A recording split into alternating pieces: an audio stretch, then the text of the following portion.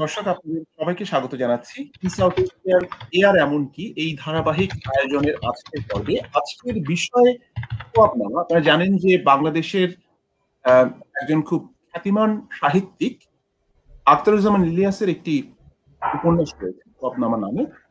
তো আমরা আসলে ঠিক সেই খোয়াবনামা নিয়ে আলোচনা করছি না, আমরা খোয়াবনামার যে সামগ্রিক ব্যুৎপত্তি এবং সেটির যে প্রায়োগিক বিষয়গুলো রয়েছে সেটি নিয়ে কথা বলতে চাই, কেননা আমরা মনে করি যে আমাদের জাতীয় জীবনে কিংবা ব্যক্তি জীবনে শব্দের একটা গুরুত্ব রয়েছে।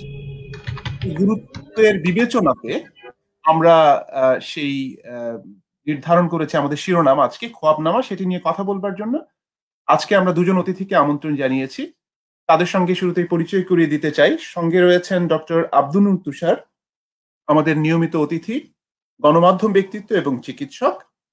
আমাদের সঙ্গে রয়েছেন প্রশান্ত ভূষণ বড়ুয়া, তিনি পেশায় আইনজীবী এবং রাজনীতির সঙ্গে যুক্ত রয়েছেন। আমি দুজনকেই স্বাগত জানাতে চাই আমার এই অনুষ্ঠানে, সাউথ এশিয়ার এয়ার এমনকি এই আয়োজনের খোয়াবনামা বিষয়ক আলোচনায়। আমি শুরুটা করতে চাই প্রশান্ত ভূষণ বড়ুয়া আপনাকে দিয়ে। যেমনটি বলছিলাম যে মানুষের জীবনে স্বপ্নের একটা গুরুত্ব রয়েছে এবং সেটির একটি ব্যাপ্তিও রয়েছে। খোয়াবনামাকে আপনি কিভাবে দেখেন? এই যে যে স্বপ্ন বা স্বপ্নের যে প্রয়োগ, স্বপ্নকে দেখে যে এক ধরনের ইন্টারপ্রিটেশন দাঁড় করানো হয়, হ্যাঁ, আহ, সেটি কি আপনার ব্যক্তি জীবনে ঘটেছে বা সমাজ জীবনে, রাষ্ট্র জীবনে বা সাহিত্যের কোনো চরিত্রের ভেতরে আপনি কি এটি খুঁজে পেয়েছেন? ধন্যবাদ বুলবুল। এই সাউথ এশিয়ার আজকের এই আয়োজনে এবং যারা আমাদের সাথে রয়েছেন, শুনছেন, তাদেরকেও ধন্যবাদ। এবং অনেকদিন পরে ভার্চুয়ালি হলেও তুষার ভাইকে পেয়েছি। আমি ঢাকায় থাকার সময় আমরা অবশ্য আমি এরপর মোটামুটি শপথই করেছে তুষার ভাইকে কখনো আমার অফিসে উঠতে বলবো না। 5 তলার অফিস, কোনো লিফট নাই, এবং সেদিন আমরা কয়েক মিনিট থাকতেও পারিনি। পরে এরপর কয়েক মিনিটের যোগাযোগ হয়েছিল ভার্চুয়ালি। আজকে অনেকদিন পরে দেখছি। অবশ্য আমি ইদানিং ফেসবুকে একটু কম, কিন্তু মাঝে মধ্যেই তুষার ভাইয়ের এই প্রিসিশন যেটা বলি আমরা, যে হুমায়ুন আজাদ যে তার প্রবচন গুচ্ছের ভূমিকায় যে পশ্চিম ওয়েস্টার্ন লিটারেচারের যে প্রিসিশনকে প্রবচন হিসেবে তিনি রূপান্তর করে এক ধরনের চোখা শলাকা দিয়ে পাঠকের বোধ বুদ্ধিকে একটু নাড়া দিতে চেয়েছিলেন। তো এবং ওখানেও উনি উল্লেখ করেছিলেন যে আসলে আমি নিজে তো বাঙালি, তো বাঙালির উপর দিয়েই যাক আলোচনাটা, অন্য যাতে অন্য কারোর সাথে করলে তো মাইন্ড করতে পারে, যে আমরা স্বপ্নে যদি সিংহকে দেখি তো বাস্তবে আমরা থাকি গাধা কিংবা ছাগলের সাথে। তো এই জন্য স্বপ্ন দেখার একটা বিপদও আছে, প্রত্যাশাটা বেড়ে যায়, এবং প্রত্যাশাটা বেড়ে গেলে তার প্রাপ্তিটা যদি সেরকম না হয় তখন এক ধরনের হতাশা চলে আসতে পারে। আর যার কোনোই স্বপ্ন নেই, সেই অর্থে কোনোই স্বপ্ন নেই, তার মধ্যে কোনো বাধ্যবাধকতা তৈরি হয় না। সে মনের আনন্দে ইচ্ছে মতো ঘুরে বেড়ানোর মতো ইচ্ছে মতো কাজকর্ম করে। কোনো ধরাবাঁধা পথে তাকে যেতে হবে, ডাক্তার হতে হবে, আইনজীবী হতে হবে, বিখ্যাত সাংবাদিক হতে হবে। সাংবাদিক হলে আবার সাংবাদিকদের সেলিব্রিটি নেতা হতে হবে, এবং সেলিব্রিটি নেতা হয়ে শুধু এই পেশা না, সব প্রফেশনে আমাদের যার যার প্রফেশনের বাইরেই সব ভালো কাজ, মানে প্রফেশনের বাইরে যা যা করা সম্ভব এবং সেগুলোই বেশি করতে হবে।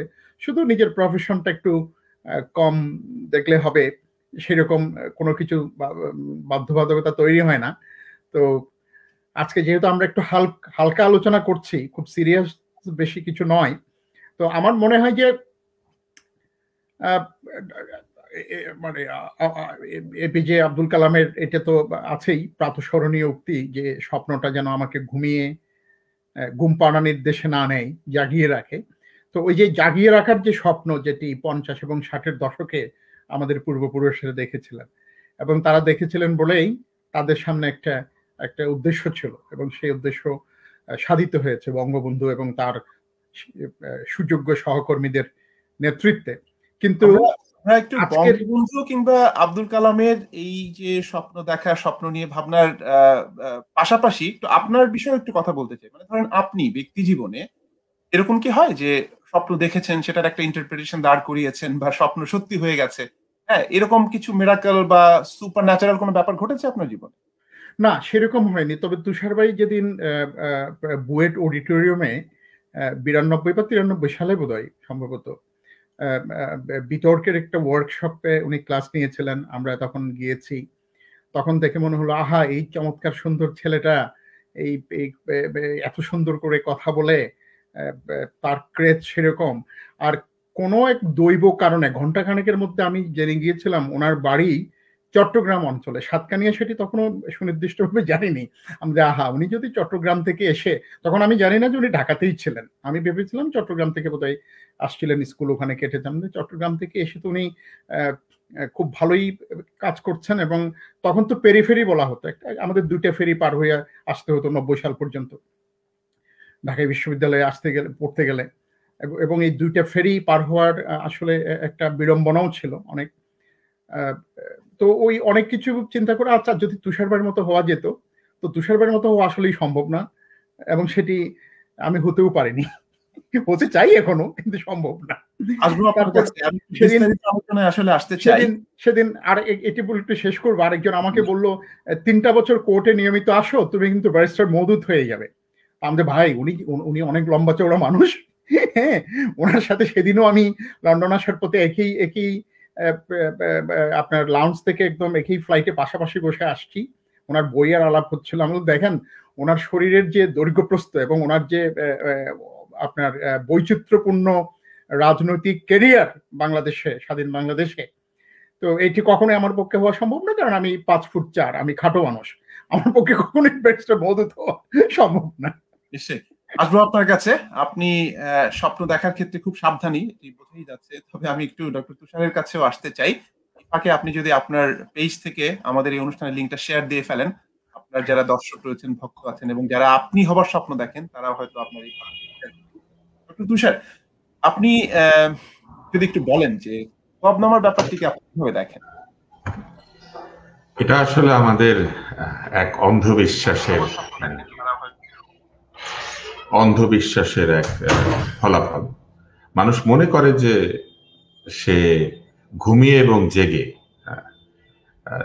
যা ধরতে পারবে না সেটা কল্পনা করে, ওইটাই স্বপ্ন। অর্থাৎ আপনি ঘুমের মধ্যে যেটা দেখেন, আপনার কোনো নিয়ন্ত্রণ থাকে না, সেটাও স্বপ্ন। আবার এই যে একটু আগে প্রশান্ত ভূষণ বললেন যে এপিজে আব্দুল কালাম বলেছেন জেগে থেকে যেটা দেখে সেটাও স্বপ্ন। তো মানুষের এই যে স্ববিরোধী অবস্থান, এটাই হচ্ছে আসলে স্বপ্ন।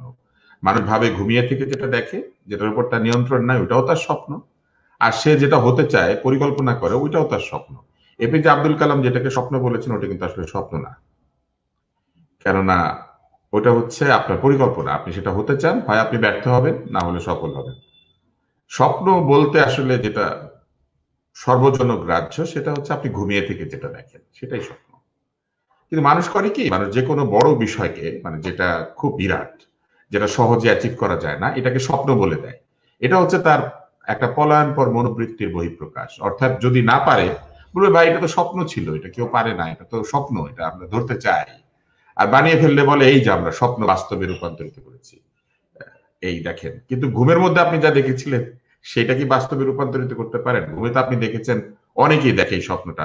পৃথিবীর সবচেয়ে কমন স্বপ্ন হচ্ছে আপনি উপর থেকে নিচের দিকে পড়ে যাচ্ছেন, এটা সকলেই দেখেছে বলে যারা স্বপ্ন বৃত্তান্ত নিয়ে গবেষণা করে তারা বলেছেন যে এটা সকলেই দেখে। আরেকটা হচ্ছে আপনি পানির মধ্যে ডুবে যাচ্ছেন, আরেকটা হচ্ছে আপনি অনেক উপর থেকে পড়ে যাচ্ছেন। এই 2টা স্বপ্ন মানুষ দেখে তার জীবনে কখনো না কখনো। তো এইটা তো আপনি বাস্তবে পরিণত করতে চান না।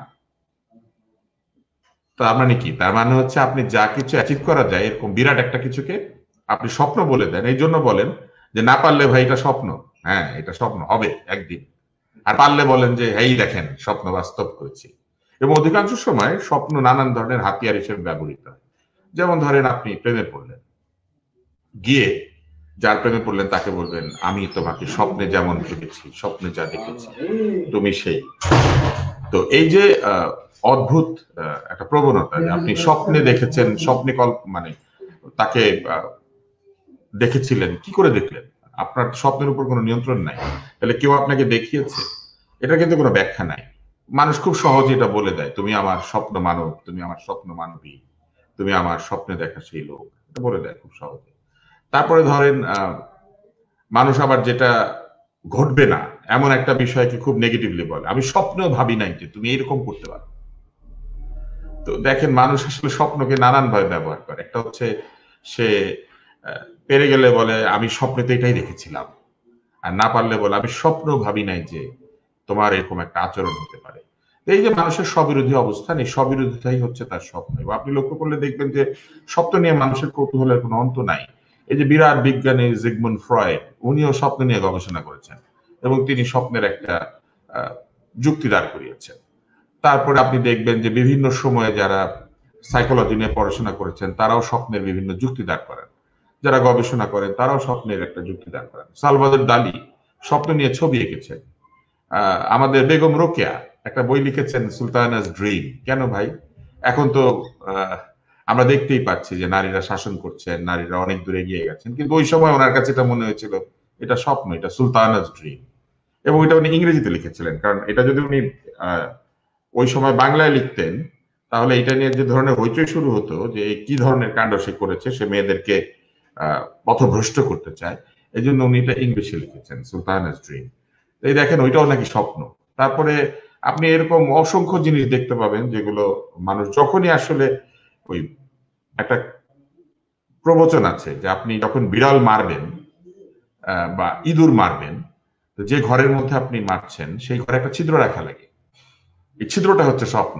অর্থাৎ আপনি যদি ইঁদুরটাকে মারতে পারেন তাহলে আপনি বললেন স্বপ্ন সফল হয়েছে, আর ইঁদুরটা যদি ওই ছিদ্র দিয়ে পালিয়ে যায় তাহলে আপনি বলবেন যে ইঁদুর মারার একটা স্বপ্ন ছিল, কিন্তু আজ পারিনি, আগামীকাল পারবো, আমরা ইঁদুর মারার চেষ্টা অব্যাহত রাখবো। এই যে স্বপ্ন একটা আসলে এক ধরনের এসকেপিজম, এবং আমার কাছে মনে হয় যে স্বপ্নকে এই বাস্তবিকতায় নিয়ে আসার যে প্রক্রিয়া, এটার কোনো প্রয়োজন নাই।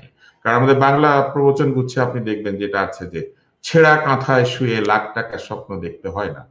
কিন্তু আপনি দেখবেন যে যেসব ধনী ব্যক্তিদেরকে আমরা পরিচয় করিয়ে দিই তাদেরকে পরিচয় করাই যে উনি এক সময় ছেঁড়া কাঁথায় শুয়ে থাকতেন এবং আজকে তিনি কত বিরাট হয়েছেন, ওনার কাঁথার চেয়ে কাঁথা। যেমন কিছুদিন আগে জয়নুল হক শিকদার নামে এক ভদ্রলোক মারা গেছেন।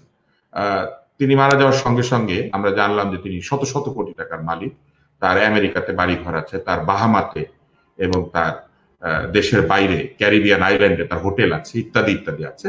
কিন্তু তিনি ব্যাংক থেকে 6,500 কোটি টাকা ঋণ নিয়েছেন এবং তিনি শোধ করেন না। কিন্তু তাকে মহৎ বানানোর জন্য বলা হলো যে 75 সালের পরে তিনি কোনোদিন বিছানায় ঘুমান নাই, তিনি মাটিতে ঘুমিয়েছেন। এটা তার রাজনৈতিক ভক্তির প্রকাশ। আমার খুবই জানতে ইচ্ছা করে যে উনি যে বাহামাতে হোটেল খুলেছেন সেখানে তো উনি বিছানায় বিক্রি করেছেন, মানুষের কাছে বিছানা ভাড়া দিয়েছেন। তো মানুষের কাছে বিছানা ভাড়া দিয়ে দেশে 6,500 কোটি টাকা রেখে দিয়ে এই ভদ্রলোক নাকি ট্রাক ড্রাইভার ছিলেন, সেখান থেকে তিনি বিরাট হয়েছেন। তাহলে দেখেন ঘটনাটা, ছেঁড়া কাঁথায় শুয়ে কোটি টাকা কামাই করলে তাকে আবার আমরা পরিচয় করিয়ে দিই উনি কি বিরাট, মানে ছেঁড়া কাঁথায় শুয়ে লাখ টাকার স্বপ্ন দেখে কোটি টাকা কামিয়েছেন। আমাদের এই যে সামাজিক জীবনে যে স্ববিরোধিতা, এই স্ববিরোধিতার সঙ্গে স্বপ্ন শব্দটা জড়িয়ে আছে। অর্থাৎ আপনি ছেঁড়া কাঁথায় শুয়ে লাখ টাকার স্বপ্ন দেখবেন না, কিন্তু ছেঁড়া কাঁথায় শুয়ে যদি কোনোভাবে লাখ টাকা কামিয়ে ফেলতে পারেন তখন আবার আপনার মহত্ব প্রমাণিত হবে যে আপনি এরপরও ছেঁড়া কাঁথাতে শুয়েছিলেন। কিন্তু ছেঁড়া কাঁথায় শুয়ে থাকলে কি হবে, আপনি 6,500 কোটি টাকা ঋণ নিয়ে সেটা শোধ করেন নাই, আবার কি করেছেন, আমেরিকাতে আপনার 4টা বাড়ি আছে। এই স্ববিরোধিতার যে বিষয়টা, এটাই হচ্ছে আসলে আমাদের এই স্বপ্ন সংক্রান্ত জটিলতা। আসবো আপনার কাছে আবারও। আমি একটু প্রশান্ত গুরু আপনার কাছে আসতে চাই। ডক্টর তুষার চমৎকারভাবে ব্যাখ্যা করেছেন স্বপ্ন বা এই যে খোয়াবনামা আমরা নাম দিয়েছি, এটা কিন্তু অনেক ধরনের ইন্টারপ্রিটেশন হতে পারে। স্বপ্নকে আপনি এক ধরনের আকাঙ্ক্ষা হিসেবে দেখাতে পারেন, স্বপ্নকে আপনি আবার একটা অভিলাষ হিসেবেও দেখাতে পারেন। হ্যাঁ, আবার কখনো কখনো কিছু স্বপ্ন আছে যেটি আসলে উদ্দেশ্য প্রণোদিত স্বপ্ন। যেমন আমাদের মনে আছে আমাদের একজন সাবেক রাষ্ট্রপতি, তিনি স্বপ্ন দেখতেন যে তিনি কোনো একটি পীরের দরগায় যাবেন, শুক্রবারে গিয়ে নামাজ পড়বেন সেখানে। হ্যাঁ, তো এই স্বপ্নের মধ্যে দোষের কিছু নেই, কিন্তু তার ধরেন 7 দিন আগে থেকেই ওই যে মাজার, ওই যে পীরের বাড়ির যে সিকিউরিটি অ্যারেঞ্জমেন্ট সেটিকে নিশ্চিত করা হতো। তো এই কারণে স্বপ্ন নিয়ে মানুষদের কিন্তু এক ধরনের সন্দেহও রয়েছে। আপনি কি সেটি লক্ষ্য করেছেন কিনা যে স্বপ্নটা কি উদ্দেশ্য প্রণোদিত কিনা? এই ধরনের উদ্দেশ্য প্রণোদিত স্বপ্ন নিয়ে কি আপনার কোনো ভাবনা আছে? হ্যাঁ, খুবই আছে। কারণ হলো জাতিগতভাবে আমি যে জাতিটাকে অন করি, আমাদের এমনিতে তো আমরা শঙ্কর, মঙ্গোলীয়, ককশীয় নানা ধরনের মিলে টিলে আমরা আছি। সবকিছু মিলে এই বিষয়ে অবশ্য একটা একটা বেশ মজার, ঠিক গল্প না, এটা সত্যি। জহুর হোসেন চৌধুরী সংবাদের এক সময় আমরা যাদেরকে বলি যে যাদের ব্যক্তিত্বের বিভা, যাদের দার্ঢ্য, মানিক মিয়া, আব্দুল সালাম, উনি তো বিমান দুর্ঘটনায় মারা গেলেন, এবং জহুর হোসেন চৌধুরী, জহুরের দরবার খ্যাত সেই বিখ্যাত জহুর চৌধুরী। একবার আইয়ুব খান আপনার খুব রোষ কষায়িত নয়নে এই সাংবাদিকদের সামনেই বলে ফেলছিলেন, বাঙালি বেঙ্গল রেজিমেন্ট হবে কি, বাঙালিরা তো খাটো, যুদ্ধ করতে পারে না। তো জহুর হোসেন চৌধুরী বললেন যে জেনারেল সাহেব, আমরা তো খাটুই হব, শতাব্দীর পর শতাব্দী জুড়ে গ্রিকরা তো আর বাংলার উপর দিয়ে যায়নি, গিয়েছে আপনাদের উপর দিয়ে। তো এবং মানে ওই সময়ও আমাদের ব্যক্তিত্ব সম্পন্ন দার্ঢ্য বিভাগ, মানে ব্যক্তিত্ব বিভাগ উজ্জ্বল সম্পাদকরা এগুলো বলতে পারত। এবং আরেকবার তার বিরুদ্ধে মাত্র 4,000 টাকার ঘুষের অভিযোগ আনলো। তো উনি সেটিও নাটকীয় ঢঙে বলছিলেন যে আমি তো এই জার্মানি সফর করে আসছি, কোলনের আতর সাথে আছে, কিন্তু কোনোভাবে আমার গা থেকে গন্ধটা যাচ্ছে না, আমি আপনার এই মিটিং এ আসবো কিনা আজকে ভাবছিলাম।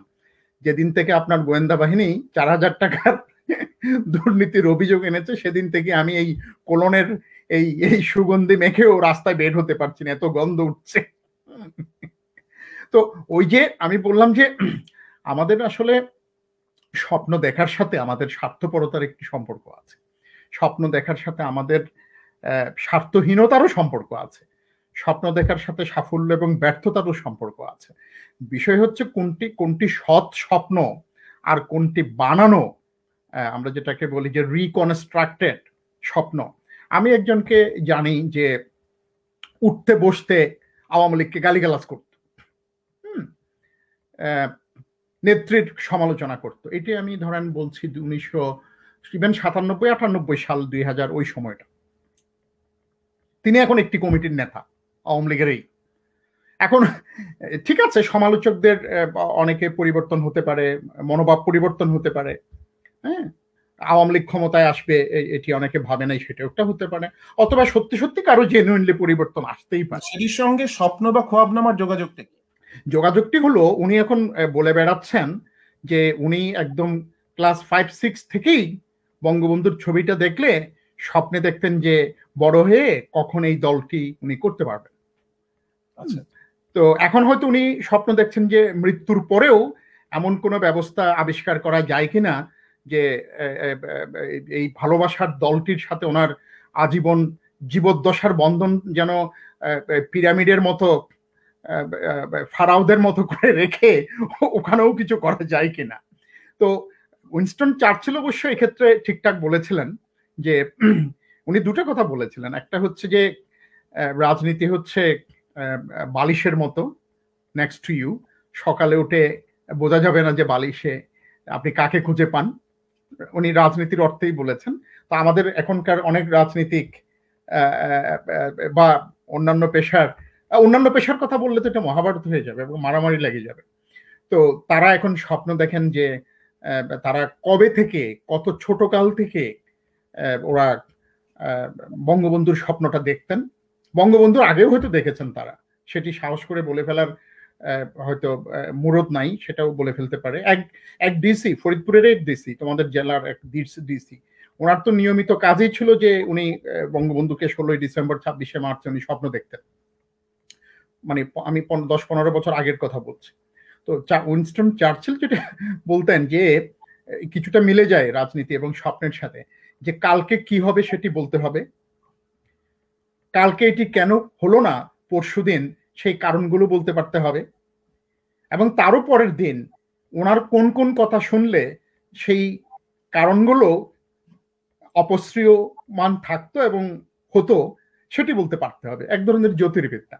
তো স্বপ্ন চর্চার নামে আমরা হয়তো এখন প্রত্যেকেই যার যার অঙ্গনে কিছুটা জ্যোতির্বিদ্যার চর্চা করি। আমি একটু উদাহরণ দিই, একটু আমি রেখে বলছি। ক স্বপ্ন দেখেছে, খ তাকে চোর বলেছে, গ বলছে ডোন্ট বি ফ্রাস্ট্রেটেড, তোমাকে যেহেতু চোর, তোমার উন্নতি অবশ্যম্ভাবী। ও বলল আমি তার সাক্ষী। কেন? চকে গ বা খ চোর ডেকেছিল, এবং চোর ডাকাতে নানা মানে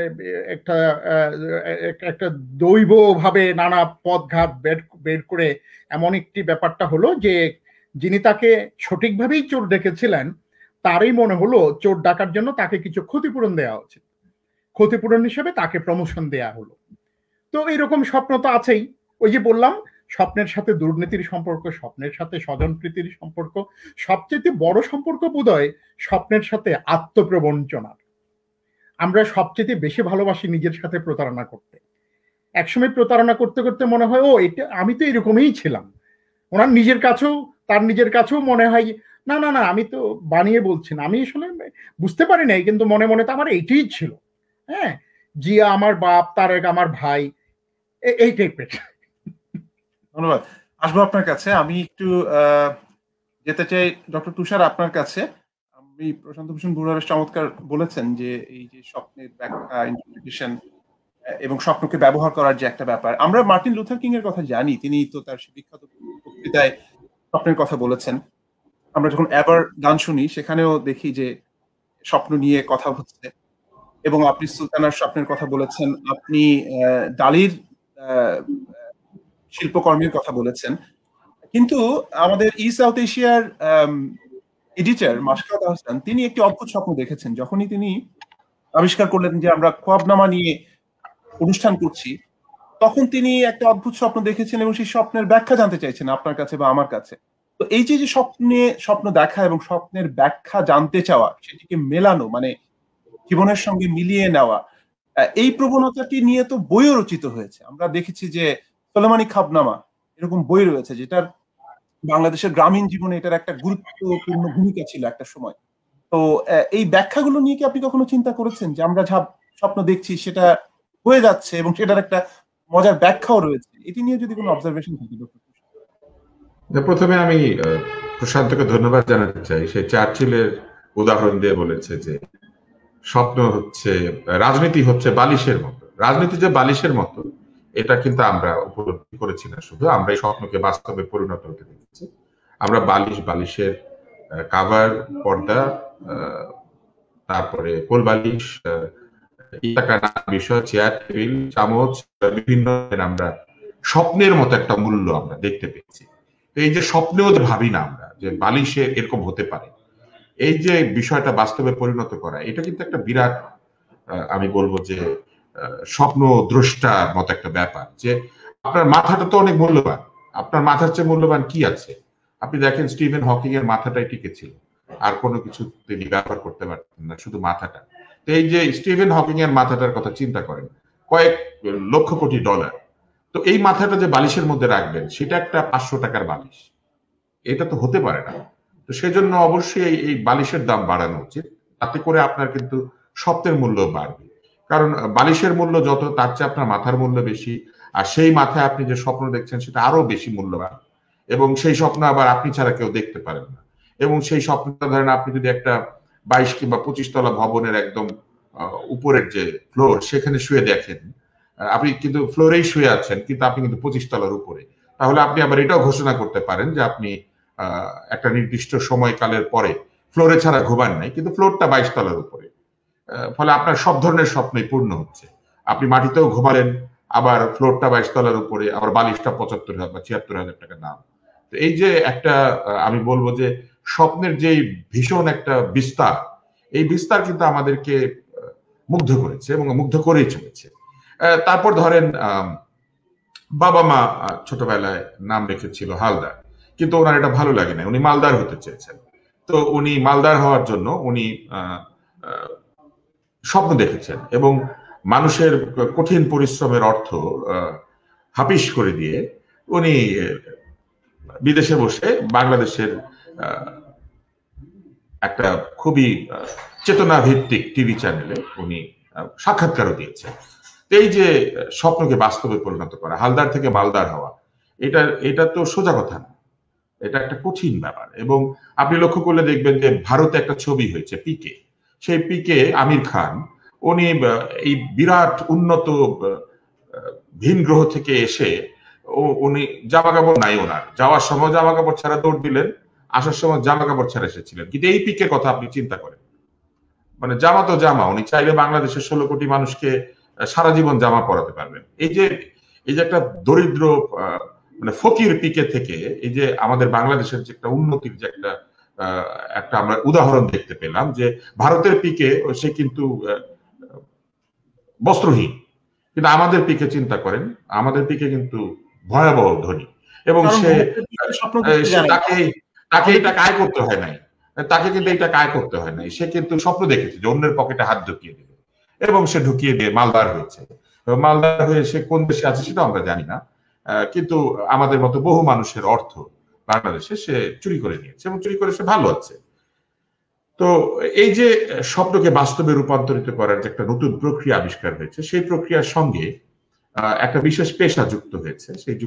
সেই পেশাটাকে আমরা এক সময় খুব নিন্দার সঙ্গে বলতাম যে তারা চোর, তারা তস্কর, তারা লুটেরা, কিন্তু এখন কিন্তু আমরা তাদেরকে বলি তারা ডিফল্টার, তারা খেলাপি। হ্যাঁ, এই শব্দগুলো উন্নত হয়েছে। এই যে এই উন্নতিটা কিন্তু সাম্প্রতিক কালের একটা উন্নতি। এই যে আপনি প্রশান্ত বলেছি একটু আগে যে আলোচনার প্রেক্ষিতে আইয়ুব খানকে কেউ বলেছিল যে আপনাদের উপর দিয়ে এত গ্রিকরা যায় নাই। হ্যাঁ, এটা যেমন ঠিক, তেমনি গত 50 বছরে এই যে আমাদের বিরাট উন্নতির কারণে এই যে আমরা আমাদের ভাষা থেকে তস্কর এবং লুটেরা, বর্গী, এই শব্দগুলো নির্বাসিত হয়ে এই যে খেলাপি এবং ডিফল্টার, রিশিডিউলিং, এই যে শব্দগুলি আমরা আবিষ্কার করেছি, এটা কিন্তু একটা বিরাট ব্যাপার। এবং এই বিশাল যে একটা অর্জন, এই অর্জনটা কিন্তু আমরা এটাও এক ধরনের স্বপ্নের একটা বাস্তবায়ন। আমরা তো আসলে টাকা ছিল না, মানুষ কি করতো? শীত কেটে ঘরের মধ্যে ঢুকে 2-5 টাকা চুরি করতো। এখন আমাদের টাকা হয়েছে, আমাদের দেশে এত অর্থ আছে, ফলে উত্তর কোরিয়ার চোরও আমাদের এখানে নাকি ঢুকে পড়েছে। বাংলাদেশ ব্যাংকের মধ্যে ঢুকে উত্তর কোরিয়ার চোর, কি হ্যান্ডসাম, আপনি নিশ্চয়ই দেখেছেন, সম্প্রতি তাদের ছবি পাওয়া গেছে, কি হ্যান্ডসাম চোর। এবং এখানে আসতেও হয় নাই।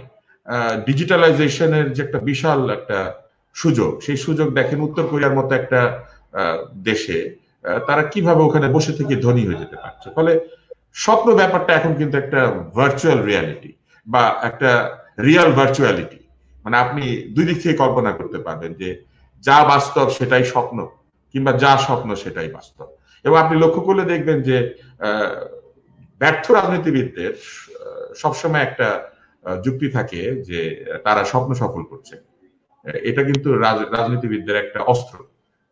উনি একটা জায়গা দিয়ে যেতে যেতে হঠাৎ করে বলেন যে আরে এই স্বপ্নটা আমি দেখেছি। যেমন একটু আগে আপনি বলেছিলেন যে একজন সেনাপতি ছিলেন, উনি কিছুদিন দেশ শাসন করেছেন। সেই সেনাপতি আগের দিন স্বপ্ন দেখতেন, পরের দিন সেখানে গিয়ে দোয়া দরুদ পড়তেন এবং টেলিভিশনে সাক্ষাৎকার দিতেন। এই যে উনি আগের দিন স্বপ্ন দেখতেন, পরের দিন কোথায় যাবেন, এটা তো একটা রীতিমতো একটা, মানে আমি বলবো যে একটা রাজনৈতিক আবিষ্কার। এবং এই আবিষ্কার করতে করতে আপনাদের মনে আছে কিনা আমি জানি না, উনি সায়দাবাদে একটা বিশেষ জায়গায় যেতেন, সেখানে গিয়ে যেখানে যেতেন সেই তার গুরু যিনি ছিলেন সায়দাবাদের গুরু, উনি একটা পাউডার বের করেছিলেন। সেই পাউডারের মডেল হয়েছিলেন বাংলাদেশের সেই সময়ের সকল মন্ত্রী, যার মধ্যে একটু আগে এই যে প্রশান্ত একজনের নাম বলেছে, যে একজন বলেছিল তাকে 3 বছর ব্যারিস্টারি করলে তো তুমি মওদুদ হতে পারতে। মওদুদ সাহেব ওই পাউডারের মডেল ছিলেন, এবং ওই পাউডারের নাম ছিল জ্যোতি হিমেল পাউডার, এবং তার নিচে লেখা ছিল যে জ্যোতি হিমেল পাউডার ইহা এক ধরনের আধ্যাত্মিক পাউডার, এবং এই আধ্যাত্মিক পাউডার আপনি যদি দেন আপনার শরীরে, তাহলে আপনার একদিকে আধ্যাত্মিক উন্নতি হবে, আবার ইহজাগতিক উন্নতিও হবে। তো এই যে আপনারা নিশ্চয়ই জানেন যে পাউডার আমরা শরীরে কোন জায়গায় দিয়ে থাকি, তার মধ্যে একটি হচ্ছে বগল। তা আপনি বগলে এই পাউডার দিবেন, দিলে আপনি দারুণ উন্নতি আপনার হবে। আপনি একই সাথে আধ্যাত্মিক, মানসিক, শারীরিক এবং ইহজাগতিক উন্নতির দিকে শনৈ শনৈ এগিয়ে যাবেন। এবং সেই সময় সমস্ত বড় বড় সব মন্ত্রী মিনিস্টাররা জ্যোতি হিমেল পাউডারের মডেল হয়েছিল। যে মাত্র এই প্রধান সেনাপতি ক্ষমতা হারালেন, সঙ্গে সঙ্গে এই পাউডারটা হারিয়ে গেল। এতে করে কি প্রমাণিত হলো? যে উনি যতদিন পাউডার মেখেছিলেন ততদিনই হয়তো উনি ছিলেন, অথবা এই পাউডারের স্টক ফুরিয়ে যাওয়ার কারণেই উনি ক্ষমতা হারালেন। এটা কিন্তু একটা বৈজ্ঞানিক গবেষণার বিষয়। কিন্তু মুশকিল হচ্ছে আমাদের এই একবিংশ শতাব্দীতে আমাদের স্মৃতির আয়ু কম্পিউটারের বাটন অফ করার মতো। আপনি যে মুহূর্তে ল্যাপটপটি বন্ধ করলেন সেই মুহূর্তে আপনি আগের সব ঘটনা ভুলে গেলেন এবং পরের দিন নতুন স্বপ্ন নিয়ে আপনি ঝাঁপিয়ে পড়লেন। এবং সেই স্বপ্নের একটা প্যারামিটার হচ্ছে কয় হাজার লাইক এবং কয়শো শেয়ার। এবং এই লাইক আর শেয়ারের যে এই নতুন স্বপ্নের দুনিয়া, সেই দুনিয়া এসে কিন্তু আমরা আমাদের আসল স্বপ্নগুলো হারিয়ে ফেলছি। আমি আপনাদেরকে একটা বই দেখাই। আপনাদের কিন্তু এটা ভাবার কোনো কারণ নাই যে স্বপ্ন শুধু আমরাই দেখি। এটা একটা বই দেখেন, এটা ইংরেজিতে লেখা। এটা হচ্ছে 1001টা ড্রিম। এবং এটার ফরওয়ার্ডিং যিনি লিখেছেন এবং যিনি এটার গবেষণা করেছেন, তাদের দুজনের নাম হচ্ছে জ্যাক অলম্যান, এবং এটার যে ফরওয়ার্ড লিখেছেন তার নাম ডেভিড ফন্টানা। এবং এখানে 1001টা পশ্চিমাদের স্বপ্নের একটা বৃত্তান্ত আছে। এটা কিন্তু আমাদের বুঝতে হবে যে আমরা গরিব দেশের লোকজন যেরকম স্বপ্ন দেখি, ধনী দেশের লোকজন কিন্তু সেরকম স্বপ্ন দেখে না। ফলে এই যে আমরা আস্তে আস্তে মধ্য আয় থেকে উচ্চ আয় চলে যাচ্ছে, আমাদের স্বপ্ন কিন্তু বদলে যাবে। আমরা কিন্তু এই বইয়ের মতো স্বপ্ন দেখবো, কারণ আমরা ওইরকম উন্নতিতে যাচ্ছি। এবং যখন আমরা এই বইটার মতো স্বপ্ন দেখবো, তখন কিন্তু সুলেমানি খাবনামা হারিয়ে যাবে। কারণ তখন আমরা তো ওই বাঁশের চঙ্গ দেখিলে কিংবা চুলার মধ্যে কয়লা দেখিলে এগুলো কিন্তু আর আমরা দেখবো না। আমরা তখন যেসব স্বপ্ন দেখবো, আমি আপনাদেরকে একটা দুইটা আমি পড়ে শোনাতে পারি। যেমন 498 নাম্বার স্বপ্ন এই বইয়ে আছে, বিল অথবা চেক। এটা আমেরিকানরা স্বপ্নে দেখে। তারপর তারা সেফ দেখতে পায়, মানে সিন্ধুক। তারপরে তারা রেন্ট দেখতে পায়, মানে ভাড়া। তারপরে তারা মার্কেট দেখতে পায় এবং শেয়ার মার্কেটও দেখতে পায়। তারা ট্রেডিং দেখতে পায়, তারা সেলিং দেখতে পায় এবং তারা স্টোর দেখতে পায় এবং এই যে এবং কন্ট্রাক্ট দেখতে পায়, চুক্তিনামা। এবং আপনি দেখেন যে এটা কিন্তু উন্নত দেশের কারণে এটা দেখছে। এবং শুধু তাই না, তারা স্টক মার্কেট ক্র্যাশও স্বপ্নে দেখে। আপনি বাঙালিদের কিন্তু এরকম স্বপ্ন, সুলেমানি খাবনামা আপনি এটা পাবেন না, যে শেয়ার মার্কেটে কোনো শেয়ারের দাম পড়ে যাচ্ছে, এটা স্বপ্নে দেখলে কি হয়। কিন্তু আপনি যতই উন্নতি হবে, আপনি কিন্তু আস্তে আস্তে সুলেমানি খাবনামা থেকে এরকম একটা বইয়ের দিকে এগিয়ে যাবেন, এবং যেখানে কিন্তু লেখা থাকবে যে আপনি যদি পারমাণবিক চুল্লি দেখেন, কিংবা ধরেন আপনি যদি ওয়েস্টার্নের সুইমিং পুল দেখতে পান, কিংবা আপনি যদি বাংলাদেশ ব্যাংকের ভল্ট দেখতে পান, এই জিনিসগুলো আগে আমরা কোনদিন স্বপ্নে দেখি নাই, এই যে এখন কিন্তু আমরা দেখবো। এই জন্য কিন্তু আমার মনে হয় যে স্বপ্ন উন্নতির সাথে সাথে বদলায়। আমাদের এককালে মানুষের স্বপ্ন ছিল সে জাল দিয়ে মাছ ধরে। আমি শিওর যে আস্তে আস্তে আমাদের জীবন থেকে এই স্বপ্নটা হারিয়ে যাবে এবং নতুন স্বপ্ন আসবে যে আপনি ফ্রোজেন ফিশ স্বপ্নে দেখতে পাবেন। এবং আজকে বাংলাদেশের বাজারে টিউনা, স্যামন এগুলো পাওয়া যায়। তো এই যে টিউনা, স্যামন এগুলো যে পাওয়া যাচ্ছে, একসময় আমাদের ছেলে মেয়েরা স্বপ্নে স্যামন দেখিলে কি হইবে, এই ধরনের আসবে। কিন্তু তখন আর কিন্তু সুলেমানি খাবনামা চলে যাবে, তখন সালমানি খাবনামা হবে কিংবা স্যামন দেখার খাবনামা হবে। এটা কিন্তু আপনাদের বুঝতে হবে যে উন্নতি কিন্তু স্বপ্নকে বদল করে দেয় এবং উন্নয়ন কিন্তু স্বপ্নকে চেঞ্জ করে দেয়। আসবো আপনার কাছে। আমি একটু প্রশান্ত বড়ুয়া, ডক্টর তুষারের কথা সূত্র ধরে আপনার কাছে আসতে চাই। এই যে স্বপ্ন বদলে যাওয়ার ব্যাপারটা, এটা খুবই ইন্টারেস্টিং মনে হয়েছে আমার।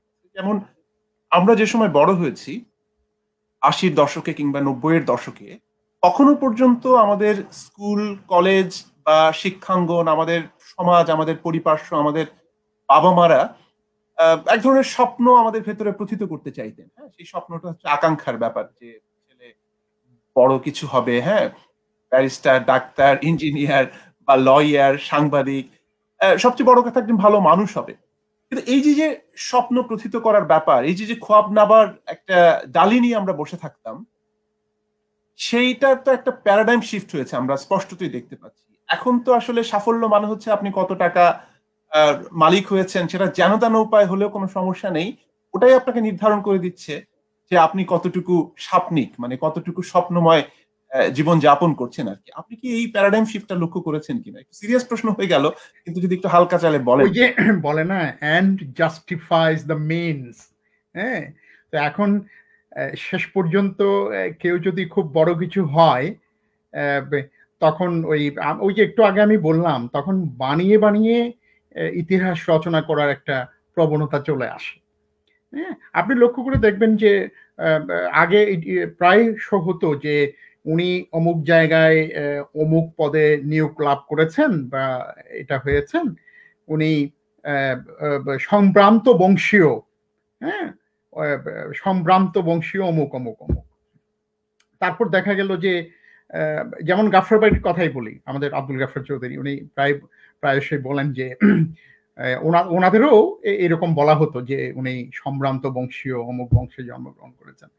উনি ষষ্ঠ বা সপ্তম পুরুষে গিয়ে দেখলেন তাদের পূর্বপুরুষের দুজনের নাম পেলেন, যে ধলা মিয়া এবং রাজা মিয়া। হ্যাঁ, তারা ছিলেন নমশূদ্র হিন্দু।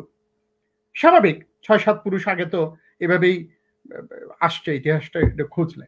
কিন্তু যেহেতু এখন তিনি একজন চৌধুরী, এখন বলতে হবে যে তিনি সম্ভ্রান্ত অমুক বংশীয় অমুক জায়গায় জন্মগ্রহণ করেছিলেন। ওই সাইবেরিয়ার ওই ছোট্ট একটা কৌতুকটা আমি একটু বলি, একটু শেয়ার করি। যে সিংহ হঠাৎ শিয়াল দেখলো যে রাস্তা জুড়ে এই শীতের মধ্যে সিংহ বসে আছে। তো শিয়াল ভাবলো যে শিকারের জন্য বোধহয় উৎপেতে আছে, যাই একটু চামচামি করে আসি। তো গিয়ে দূর থেকে নিরাপদ দূরত্ব থেকে বলল যে মহারাজ, আপনি এই শীতের মধ্যে এই সাব-জিরো টেম্পারেচারে এভাবে বসে আছেন কষ্ট করে, আমাকে বললে আমি তো বের করে দিতাম, আপনি কোন জায়গায় থাকলে শিকার পাবেন, তবে আপনি তো কষ্ট করতে হতো না। তখন সিংহ বলে যে তোকে তো ধন্যবাদ, কেউ তো আর জিজ্ঞেস করলো না, এই পথে অনেকেই গেল, আমি কি সাদে বসে আছি এই সাব-জিরোতে?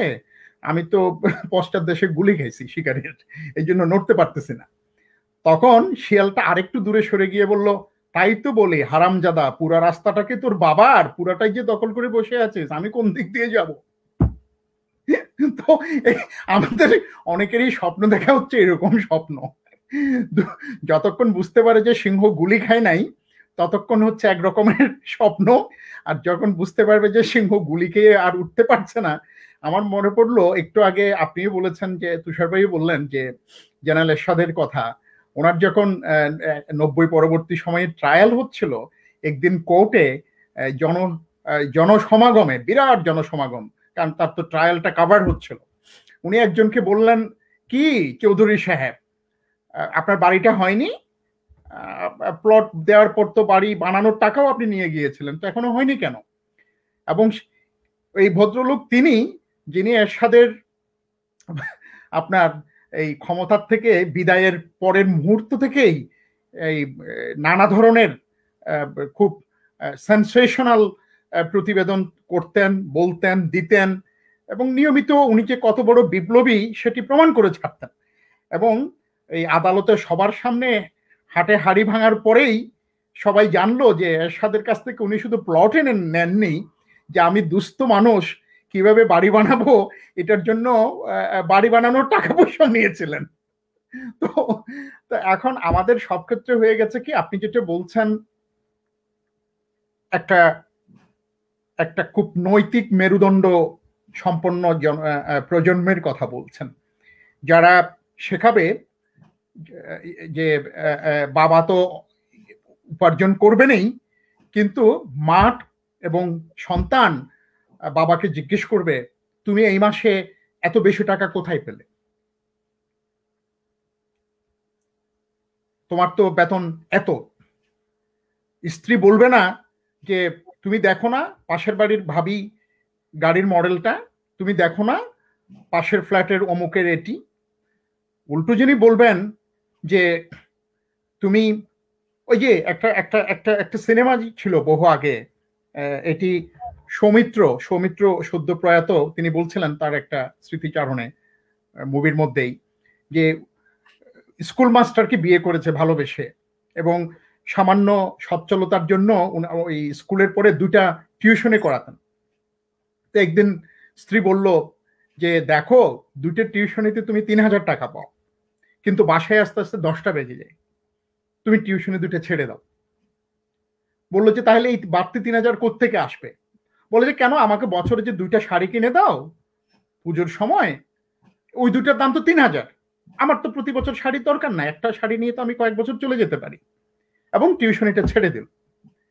তো এরকমই স্ত্রী যদি স্বামীকে বলে, সন্তানও বলে যে এই যে অতিরিক্ত টাকার জন্য তোমার অতিরিক্ত খাটুনি তো হবেই, এখন অতিরিক্ত খাটুনি ছাড়াই যদি অতিরিক্ত টাকা দেখে বেশি করে উপহার দেয়, তাহলে ছেলে যেন প্রশ্ন করে, বাবা এই মাসে তুমি এত বেশি টাকা কোথায় পেলে?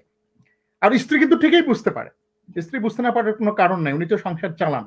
উনি যদি বলেন এই মাসে এত টাকা আসলো কোত্থেকে, আমার মনে হয় এই একটি ছোট্ট প্রশ্নেই প্রতীত হয়ে যাবে পরের প্রজন্ম, এই ক্লাস 5-6 এর বাচ্চারা বড় হয়ে তারা কি করবে, একটা প্রাসঙ্গিক কঠোর পরিশ্রম করবে কিনা। একটা প্রাসঙ্গিক প্রশ্ন এখানে আমার একটা আপত্তি আছে। নিশ্চয়ই এখানে যে আপত্তিটা আছে সেটা হচ্ছে যে আমরা কি কারণে বসে থাকবো যে অন্য কেউ জানতে চাইবে যে আপনি টাকা কোথা থেকে পেয়েছেন, তাই না? আমরা কি কারণে জানতে চাইবো? বলছি না, আমি নিজের স্ত্রী পুত্রের কথা বলেছি। না, নিজের স্ত্রী পুত্রী বা কেন, আমার নিজের বিবেকটা ঘরে ঘরে না দুধক তৈরি হয়ে যাবে। না, ঘরে ঘরে দুধক কিন্তু তৈরি হবে না প্রশান্ত, কারণ এই এত অর্থ যখন ঘরে ঢুকতে শুরু করে, তখন বিবেকের চোখ শুধুমাত্র যে যিনি চুরি করেছেন তার নয়, তার আত্মীয় স্বজন বন্ধু বান্ধব সবার বিবেকের চোখ বন্ধ হয়ে যায়। তাদের কাছে হিরো হয়ে যায়। You are right. না, কিন্তু আমার প্রশ্নটা অন্যখানে, সেটা হচ্ছে যে এই যে ভয়ঙ্কর রকমের অর্থ কোন একটি সুড়ঙ্গ পথে যারা স্বপ্ন দেখে আনেন, তাদের স্ত্রী পুত্র বলার দরকার কি? আমরা তো তার কোনো আত্মীয় লাগি না, আমাদের বলতে অসুবিধা কি? আমরা বলি না কেন? সমাজ কেন চুপ করে থাকে? সমাজ কেন তাকে জনহিতৈষী, মহান, বিরাট এক দানবীর হিসেবে ঘোষণা দিয়ে বিভিন্ন সভা সমিতিতে তাকে প্রধান অতিথি করতে শুরু করে কেন? আমাদের তো বলতে কোনো কথা নাই। স্ত্রী পুত্র কন্যা তো তার উপরে নির্ভরশীল, স্ত্রী পুত্র কন্যা তো তার উপরে নির্ভরশীল, এবং স্ত্রী পুত্র কন্যা তো তাকে বলার আগে অনেক কিছু চিন্তা করতে হয় যে আমার বাবা বেয়াদবি করবো কিনা, কিংবা আমার মা বেয়াদবি করবো কিনা। তারপর হচ্ছে উনি আনেন বলে তো আমি খাই, উনি আনেন বলে তো আমি দামি গাড়িটা চালাই। যেমন কিছুদিন আগে আমরা লক্ষ্য করেছিলাম যে একজন বিরাট ধনী ব্যক্তির পুত্র এক রিক্সাতে না কোথায় ধাক্কা দিয়ে দুর্ঘটনা ঘটিয়ে সেখানে আবার বিশেষ ধরনের অর্থকরী পানীয় সহ অনেক কিছু গাড়ির মধ্যে পাওয়া গিয়েছিল। বিচার আচার হয়েছে বলে আমরা জানি না, কিছুদিন ফেসবুক গরম হয়েছিল। পরে আমরা জানতে পেরেছি যে উনি খুবই বিরাট ধনী ব্যক্তি, তার দুলাভাই ধনী ব্যক্তি, তার ভাইরা ভাই ধনী ব্যক্তি, অনেক লোক তাদের ধনী ব্যক্তি। তো শেষ পর্যন্ত সমাজ চুপ করেছিল কেন? সমাজের তো উনি ভাইরা ভাই দুলাভাই লাগে না। প্রবলেমটা তো এইখানে যে আমরা স্বপ্নে ওই লোকগুলিকে নিজেদের ভাইরা ভাই দুলাভাই ভাবতে শুরু করি, এবং এক ধরনের স্বপ্নের মতো একজন মানুষ হিসেবে তাকে প্রজেক্ট করি, বিভিন্ন অনুষ্ঠানে নিয়ে গিয়ে তাকে প্রধান অতিথি বানাই, তাকে ফুলের মালা গলায় দিয়ে মামার বাড়ি নিয়ে যাই। ফুলের মালা গলায় দিয়ে মামার বাড়ি যে নিয়ে যাই কেন করি? বুলবুলের প্রশ্নটা ছিল পরিবার থেকেই এই ভোটটা জন্ম নিবে কিনা। নিশ্চয়ই। আমি একটু প্রশান্ত বড়ুয়া, আপনার কাছে আমি একটু প্রাসঙ্গিকভাবে জানতে চাই যে আপনি যেটি বললেন এবং ডক্টর তুষার তার যে পার্সপেক্টিভ সেটি ব্যাখ্যা করলেন, সেটার বিপরীতে আমার একটা জিজ্ঞাসা আছে এইরকম যে ধরা যাক আমাদের তো সমাজে চলতে গিয়ে বা পরিবারের মধ্যেও বহুমাত্রিক স্বপ্নকে অ্যাড্রেস করতে হয়। হ্যাঁ, যে মায়ের এটি স্বপ্ন ছিল, বাবার এটি স্বপ্ন ছিল, এক ধরনের মানে ভীষণ রকমের চাপের মধ্যে থেকে আমরা কি এই স্বপ্নগুলোকে বাস্তবায়ন করার জন্য কি আমরা ওই যে ডেভিয়েশনটার কথা বলছেন ডক্টর তুষার বারবার, ওই ডেভিয়েশনে চলে যাই, নাকি সত্যিকার অর্থে আমরা ডেভিয়েশনে গিয়ে ওই স্বপ্নগুলোর বাস্তবায়নকে এক ধরনের জাস্টিফাই করার জন্য আমরা এভাবে বলে থাকি? কোনটা আপনার মনে হয়? আমার মনে হয় মহাত্মা গান্ধী এবং নেহেরু ভারত স্বাধীন হবার পরপর ইন দ্য ইমিডিয়েট আফটারম্যাথ যেটি বলেছিলেন, মূলত উনি ইন্ডিয়ান সিভিল সার্ভিসকে উদ্দেশ্য করে বলেছিলেন, দুটা ঘটনা, একটি হচ্ছে ক্যাবিনেট মিটিং এ বললো যে ওই ব্লেড দিয়ে, ইন্ডিয়ান ব্লেড দিয়ে শেপ করা যায় না, তো চাইনিজ বল পেন, এবং পরে তো অনেক চাইনিজ বল পেন পোড়ালো, আগুন এ করলো, যে আনতে হবে। তো উনি বললেন যে কতদিন লাগবে আমাদের মানসম্মত এই শেভিং রেজর তৈরি করতে? ও বললো যে 1 বছর তো লাগবেই।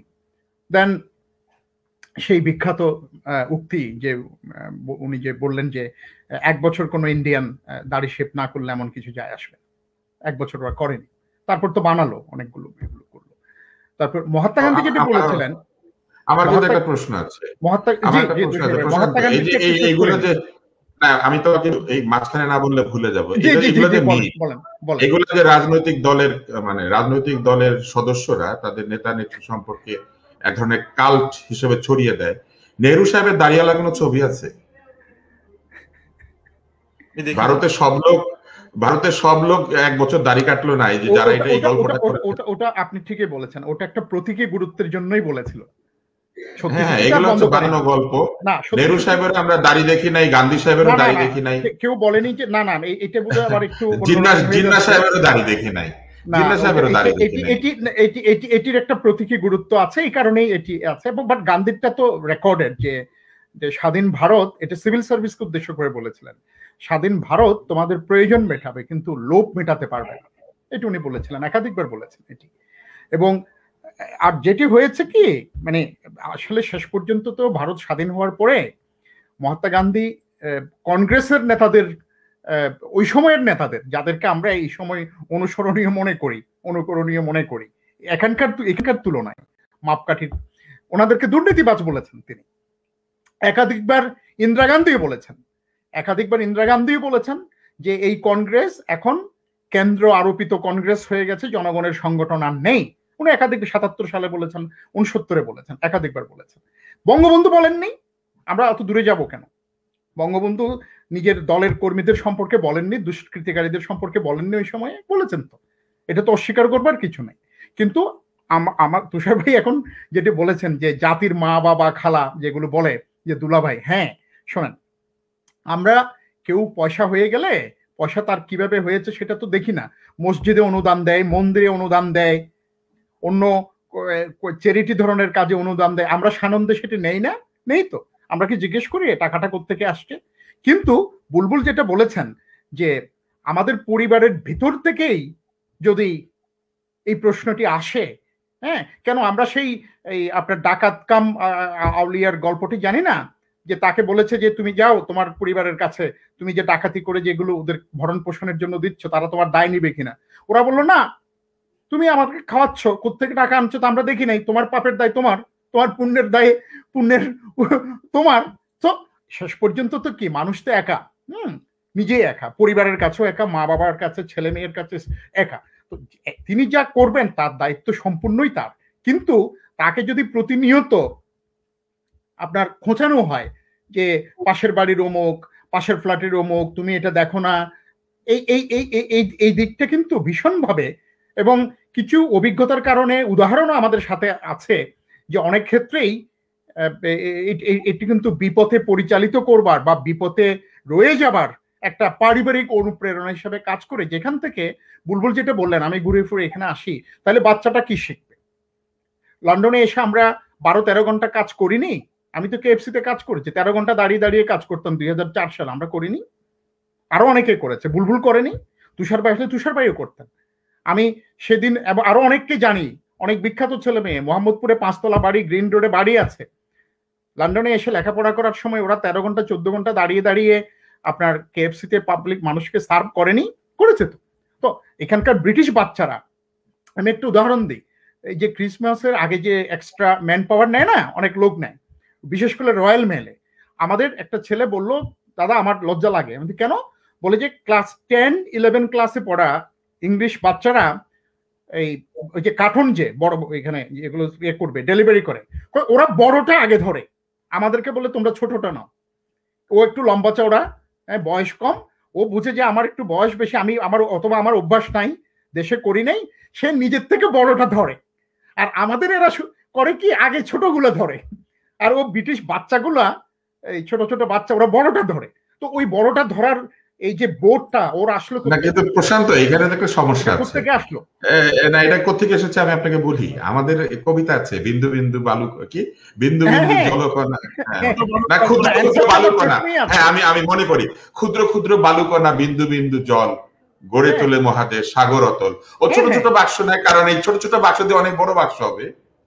প্রবলেমটা তো আমাদের নিজেদের মধ্যে। এই যে এতক্ষণ পর্যন্ত প্রশান্ত বলেই যাচ্ছে যে এটা পরিবার বলবে, পরিবারের লোক বলবে। কই, আউলিয়াকে তো পরিবারের লোক বলছিল যে তুমি চুরি করো তোমার দোষ, আমার কি? তো পরিবার তো এটাই ভাবছে, আমাদের বাংলাদেশের পরিবারগুলো তো এটাই ভাবছে যে আব্বা চুরি করে আবার প্রবলেম, আমার কি? আমার তো কিছু হচ্ছে না। সমস্যাটা কিন্তু আসলে ওইখানে, পরিবারের কাছ থেকে এটা কোনোদিন হবে না, এটা সমাজ থেকে হইতে হবে। কারণ কান কাটা লোক এক কান কাটলে বাজারের এক পাশ দিয়ে যায়, আর দুই কান কাটলে বাজারের মাঝখান দিয়ে যায়। এখন তো সব বাজারের মাঝখান দিয়ে যাচ্ছে, এবং বাজারের মাঝখান দিয়ে হাঁটে, এবং দুইটা কানই নাই। দুইটা কান যখন নাই, যে তখন এই অবস্থা, হেডফোন লাগায়, আমি কান নাই। একটু ভিন্ন প্রসঙ্গে, যেহেতু একেবারে শেষ পর্যায়ে আমরা সমাজ রাষ্ট্রটি নিয়ে অনেক আলোচনা করলাম, কিন্তু ব্যক্তি জীবন সমাজ নিয়ে আমার কোনো আলোচনা নাই, আমি তো স্বপ্ন নিয়ে আলোচনা করছি। না, অফকোর্স আমি প্রশান্ত অনেক সিরিয়াস, প্রশান্ত সমাজ রাষ্ট্র সবকিছু চিন্তা করেছে, আমি তো স্বপ্ন নিয়ে চিন্তা করি। আমি ব্যক্তি পর্যায়ে আসতে চাই ডক্টর তুষার। সেটি হচ্ছে যে আপনি হয়তো লক্ষ্য করেছেন যে মানবিক যে সম্পর্কগুলো আছে সেখানেও কিন্তু স্বপ্নের একটা ভূমিকা রয়েছে। আপনি হেমন্তের একটি বিখ্যাত গান নিশ্চয়ই শুনেছেন যে আমার স্বপ্নে দেখা রাজকন্যা থাকে ৭ সাগর আর ১৩ নদীর পারে, ময়ূরপঙ্খী ভিড়িয়ে দিয়ে সেটা দেখে এলেম তারে। এই যে যে স্বপ্নে দেখা রাজকন্যা, তার জন্য এত কিছু করার এই যে একটা প্রয়াস, হ্যাঁ, সেখানে ওই যে প্রেমের ক্ষেত্রে স্বপ্নের ভূমিকা কতটুকু? স্বপ্ন কিভাবে প্রেমকে আর একটু শিল্পিত করে, গ্লোরিফাই করে, একটু সাপনিক করে তোলে? প্রথমত আপনি দেখেন এই গানটার যে কত ট্রাবল, সেটা হচ্ছে যে ৭ সাগর আর ১৩ নদীর পারে, মানে নিজের দেশের স্বপ্ন দেখে না, স্বপ্ন দেখে ইংল্যান্ডে, আমেরিকায়, ৭ সাগর পাড়ি দিয়ে, আটলান্টিক পার হয়ে। ধরেন ক্যারিবিয়ান আইল্যান্ডে, আমি শুরুতে যেমন বলেছিলাম যে ক্যারিবিয়ান আইল্যান্ডে উনি বাংলাদেশের লোনের টাকা শোধ করে না, ক্যারিবিয়ান আইল্যান্ডে উনি হোটেল খুলেছে, এবং সেইটা দিয়ে ওনাকে বণিক বার্তাতে এবং বিভিন্ন পত্রিকাতে তাকে বেশ এক মহৎ মহান ব্যক্তি হিসেবে উপস্থাপিত করা হয়েছে। টাকা কি করে গেল এই বাহামাতে, এটা কিন্তু কেউ জিজ্ঞাসাই করলো না। একটু আগে যে প্রশান্ত বলছিল যে পরিবার প্রশ্ন করবে, পরিবার জানবে যে বাহামাতে চলে গেছে এটা, কিংবা বাহামাতে চলে গেলে কি পরিবার প্রশ্ন করতে পারে? আসলে এটা যাদের প্রশ্ন করার তারাই করে না, উল্টা তাকে মহান ব্যক্তি হিসেবে বলতে শুরু করলো। এই যে স্বপ্নে দেখা রাজকন্যা কই থাকে? ৭ সাগরের ১৩ নদীর পারে, মনে করেন বাহামাতে থাকে কিংবা মোনাকোতে থাকে। এই গান তো এটাই বলেছে যে একসময় স্বপ্নে দেখা রাজকন্যা সব বাহামা, মোনাকো, লাইচেনস্টেইন, কি যেন নাম, অ্যান্টিগা অ্যান্ড বারবুডা, তারপরে ওই যে সেন্ট নেভিস কি Saint Kitts and Nevis island, এইসব জায়গাতে আমাদের স্বপ্ন, বুঝেন না? হেমন্ত তো বুঝতে পেরেছে, এই জন্য বলেছে ৭ সাগর আর ১৩ নদীর পারে স্বপ্নে দেখা রাজকন্যা থাকে। আমাদের বাংলাদেশে তো সাগর নাই, উপসাগর। আমাদের গান হওয়ার কথা বঙ্গোপসাগরের ধারে স্বপ্নে দেখা রাজকন্যা থাকে। আনফরচুনেটলি ওইদিকে রোহিঙ্গারা থাকে, তো ওই দিকেও স্বপ্নটা দেখতে পাচ্ছে না, কারণ অল রোহিঙ্গাস আরাকানি। তো ওইখানে কোনো বঙ্গোপসাগরে কোনো স্বপ্ন নাই, বঙ্গোপসাগরের ধারে কোনো স্বপ্নের মেয়ে থাকে না, থাকে কোথায়? ৭ সাগর আর ১৩ নদীর পারে। এই যে আমাদের প্রবণতা, আমাদের দিকে একটা লেজ নাড়ার প্রবণতা, এবং আপনি লক্ষ্য করলে দেখবেন যে আমাদের এই ব্রিটিশরা যখন এখানে রেকর্ড কোম্পানি তৈরি করলো, নাম দিল হিজ মাস্টার্স ভয়েস। হ্যাঁ, একটা বিরাট চোঙ্গালা গ্রামোফোনের সামনে একটা লেজ নাড়া প্রাণী খুব মনোযোগ দিয়ে গান শুনছে। এই যে আমাদের, এটাই হচ্ছে আমাদের সমস্যা। আমরা এই বহুদূরে ৭ সাগরের ১৩ নদীর পারে প্রেমিকাকে কল্পনা করি। শুধু তাই না, আমাদের যত স্বপ্ন তার মধ্যে ভেজাল আছে। আপনি যদি দেখেন, আপনি দেখবেন যে প্রত্যেকটা স্বপ্নের মধ্যে নানান ধরনের ভেজাল আছে। যেমন আমাদের দেশে স্বপ্ন ওষুধ পায়, আমাদের দেশে কিন্তু যে কোনো লোক নামের আগে ডাক্তার লিখতে পারে, ওষুধ যিনি বেচতে পারে উনি ডাক্তার লিখতে পারে। আপনি ফার্মেসিতে গেলে দেখবেন যে ফার্মেসিতে যে লোকটা ওষুধ বেচে ওই ডাক্তার। তারপরে ধরেন এই ৪ বছর ৩ বছর পড়াশোনা করেছে কোনো অন্য সাবজেক্টে মেডিকেল অ্যাসিস্ট্যান্ট হওয়ার জন্য, সে ডাক্তার। বরিশালে একজন আছে, উনি ইঞ্জিনিয়ার ডাক্তার সামথিং উনার নাম, কিন্তু নিচে লেখা আছে গরুর মাংসের দোকান। উনি একই সাথে ডাক্তার, ইঞ্জিনিয়ার, আমার কাছে ছবিটাও আছে ওনার দোকানে, কিন্তু নিচে গরুর মাংসের দোকান। তো এই যে আমাদের দেশে যে কোনো লোক ওষুধ বেচতে পারে, শুধুমাত্র যারা স্বপ্ন ওষুধ পায় তারা শুধু নামের আগে ডাক্তার লিখতে পারে না। আমি তো মনে করি যে স্বপ্নে প্রাপ্ত ওষুধকে সবচেয়ে বেশি মূল্য দেওয়া উচিত, কারণ স্বপ্নে আমরা এত কিছু পাই, স্বপ্নে 7 সাগরের 13 নদী লোকজন পেয়ে যায়, স্বপ্নে ওষুধ পেলে সে ডাক্তার লিখতে পারবে না কেন? ফলে কালকে থেকে আপনি যদি স্বপ্নে একটা ওষুধ পান, আপনি নিজেকে ডাক্তার ঘোষণা করে দিতে পারেন, কারণ আমাদের রাষ্ট্র এখনো পর্যন্ত ঠিক করতে পারে নাই যে কে নামের আগে ডাক্তার লিখবে। একটা আইন আছে, সেই আইন কেউ মানে না।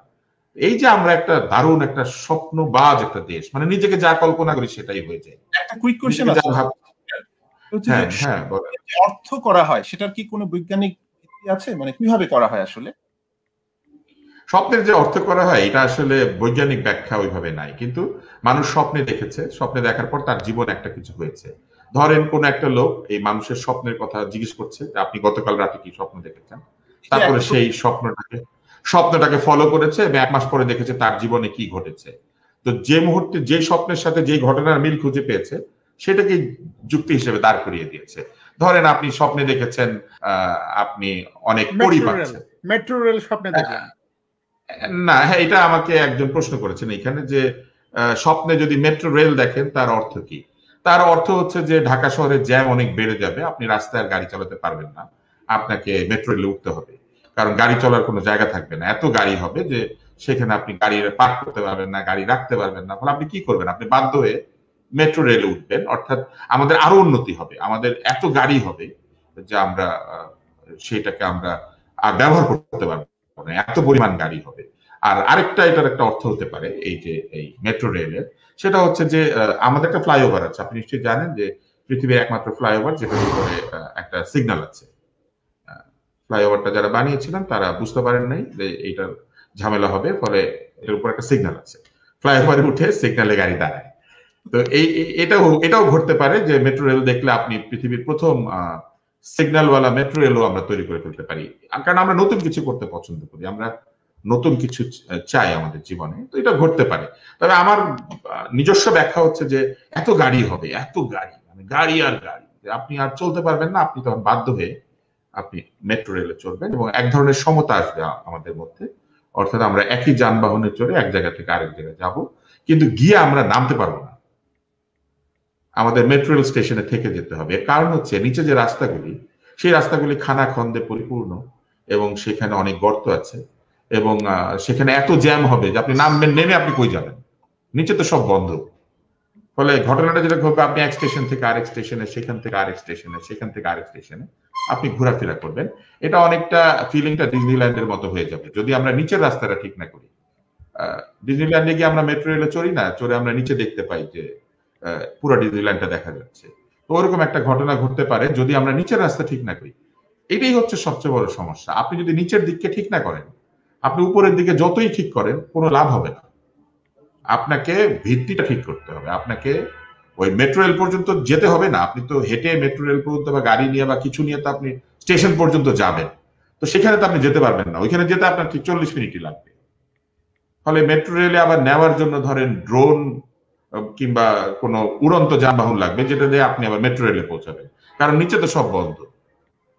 এইটা হচ্ছে আমাদের একটা বিরাট সমস্যা। দ্বিতীয় সমস্যা হচ্ছে আমরা যা হিসাব করি তার চেয়ে আমরা দ্রুত বর্ধনশীল। যেমন আমাদের যে কোনো প্রকল্প 5 বছরে শেষ হওয়ার কথা থাকলে এটা 10 বছরে, 7 বছরে, 8 বছরে শেষ হয়, খুব রেয়ারলি সময়ের আগে শেষ হয়। তো যার ফলে দেখা যায় যে আমরা 5 বছর পরে যেটা পরিকল্পনা করেছিলাম যে 10,000 লোক একটু উঠবে, 8 বছর বা 10 বছর পরে গিয়ে ওইটা দেখা যায় 20,000 লোক উঠতে নেয়, কিন্তু আমরা তো 10,000 লোকের জন্য এটা করেছি। তখন আর একটা জটিলতা তৈরি হয়, যে কারণে আপনি দেখবেন যে বিভিন্ন সময়ে আমাদের যে কোনো পরিকল্পনা, যে কোনো স্বপ্ন, এটা ডালপালা বিস্তার করতে থাকে, অর্থাৎ এটা বড় হতে থাকে, এটার খরচ, এটার পরিধি, এটার যে চিন্তা ভাবনা সবই বড় হয়ে যেতে থাকে। যত ছোট চিন্তা করা হয়েছিল তত ছোট থাকে না। যেমন আমি আপনাকে একটা সাধারণ উদাহরণ দিতে চাই, আমাদের দেশে কেবলমাত্র, পৃথিবীর কোথাও আর আপনি পাবেন না যে রাস্তা এক পাশ থেকে আরেক পাশ কত দূরত্ব সেটা দিয়ে রাস্তার নাম হয়। 60 ফিট রাস্তা, 300 ফিট রাস্তা, 20 ফিট রাস্তা, মানে লোকের রাস্তা মাপে। কিন্তু জীবনে কোনোদিন আপনারা একবার ফিতা নিয়ে গিয়ে মেপে দেখেছেন যে এটা আসলে 300 ফিট নাকি? আমরা মেপে দেখেন নাই। রাস্তা দুই পাশ থেকে 2 ফিট কমলেই একটা বিরাট কিছু ঘটে জীবনে, যাদের জীবনে ঘটে তাদের জীবনে ঘটে। ফলে এই পাশ থেকে ওই পাশ মাপাটা খুব জরুরি, যে ডাকি যে 300 ফিট, এটা আসলে 300 ফিট। মজার ব্যাপার হচ্ছে 300 ফিট থাকে না, এটা আবার কিছুদিন পরে বলে যে না 300 ফিটে হচ্ছে না, এটা 500 ফিট লাগবে, 500 ফিটে হচ্ছে না, এটা 600 ফিট লাগবে, এবং এটা বাড়তেই থাকে। মনে রাখতে হবে যে পরিধির বিস্তৃতি কিংবা কোনো বালিশ বড় করা মানে আপনার মাথাটা বড় হয় নাই, বালিশ যত বড় হবে মাথা তত ছোট হবে। এই জন্য আমাদের লক্ষ্য রাখা উচিত, স্বপ্ন যদি দেখেনি এমন স্বপ্ন দেখেন যেখানে আপনি নিজেকে পরিবর্তন করতে পারেন। আপনার রাস্তাঘাট বদলায় স্বপ্ন চেঞ্জ হয় না।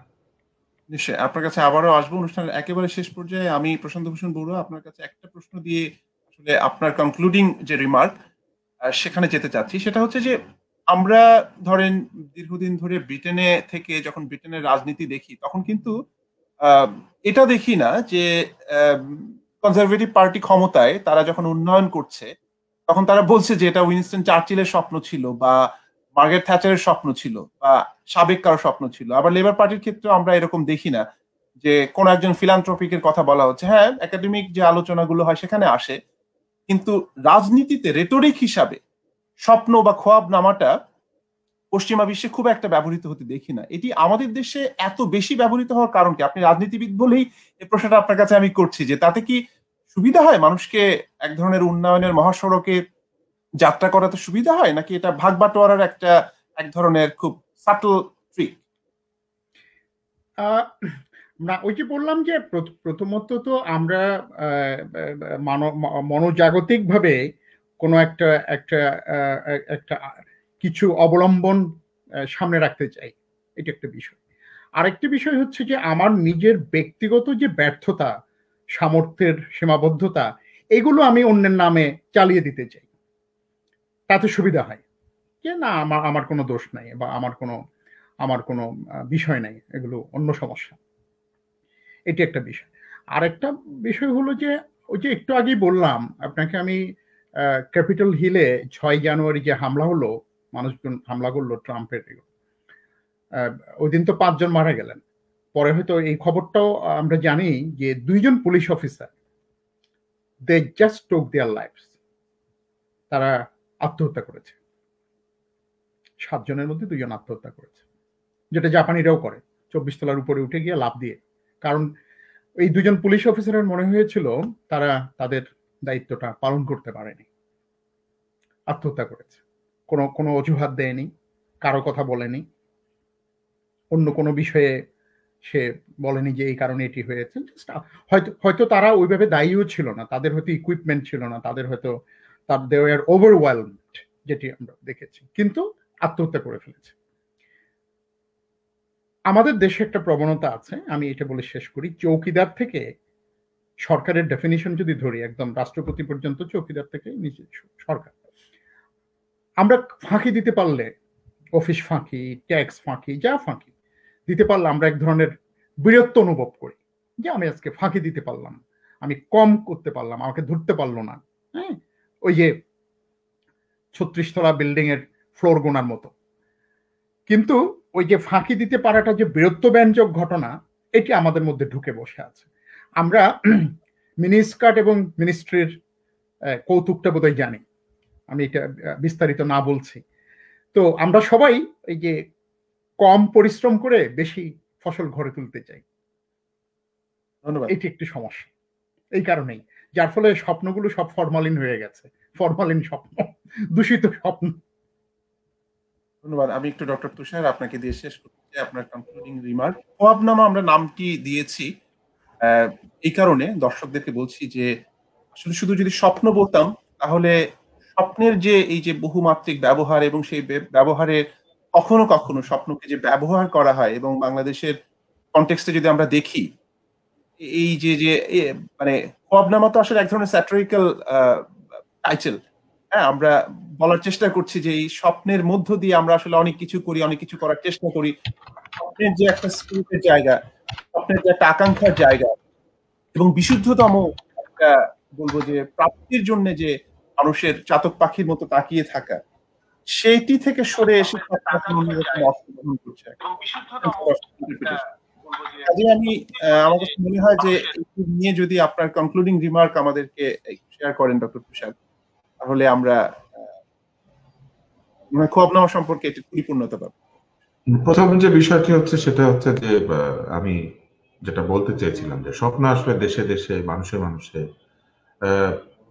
পরিবেশে পরিবেশে আলাদা হয়, এটা যেমন ঠিক, আবার এটাও ঠিক যে কিছু স্বপ্ন আছে মানুষকে গলধকরণ করানো হয়।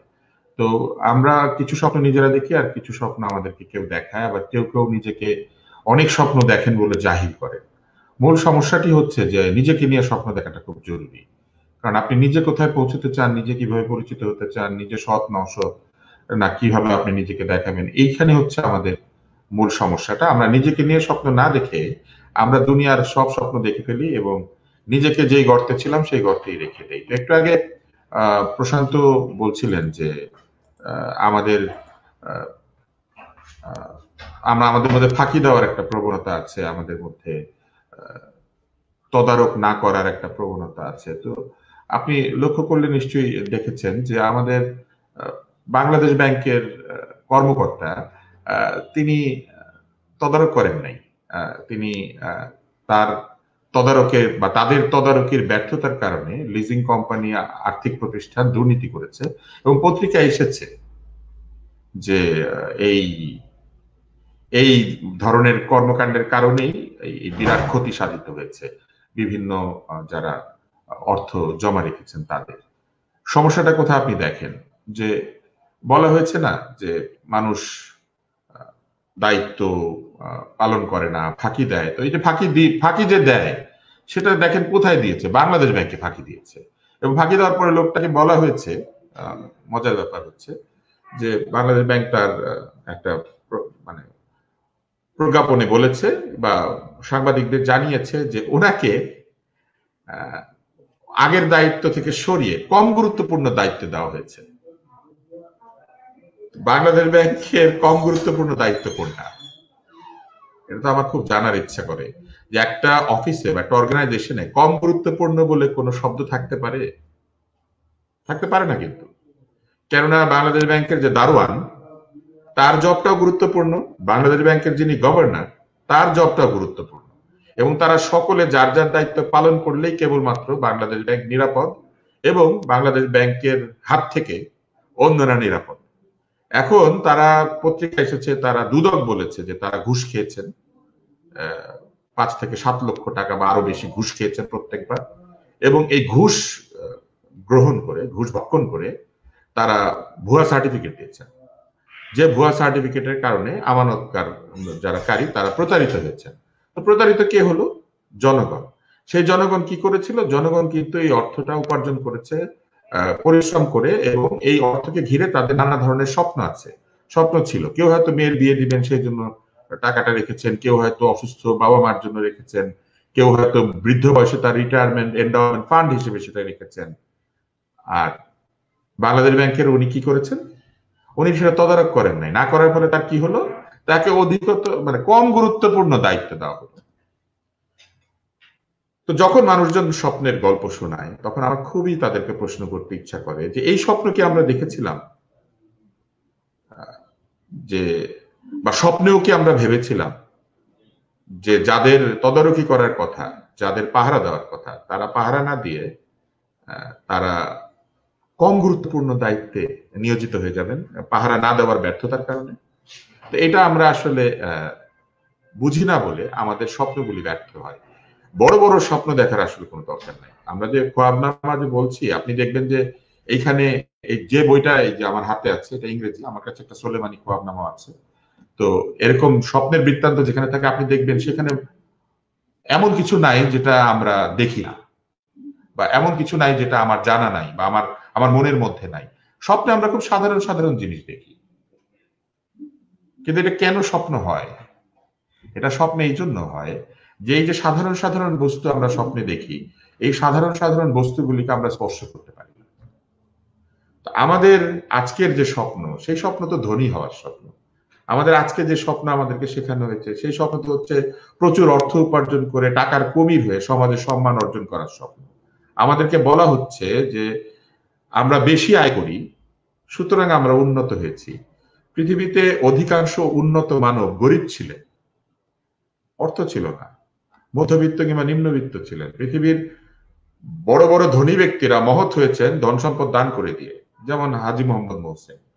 ধন সম্পদ দান করে মহৎ হয়েছেন। আজকে যে বিল গেটসকে আমরা মনে রাখি কিন্তু স্টিভ জবসকে রাখবো না, এর কারণ হচ্ছে স্টিভ জবস কিছু দেয় নাই, বিল গেটস আর মেলিন্ডা গেটস সব দিয়ে দিচ্ছে।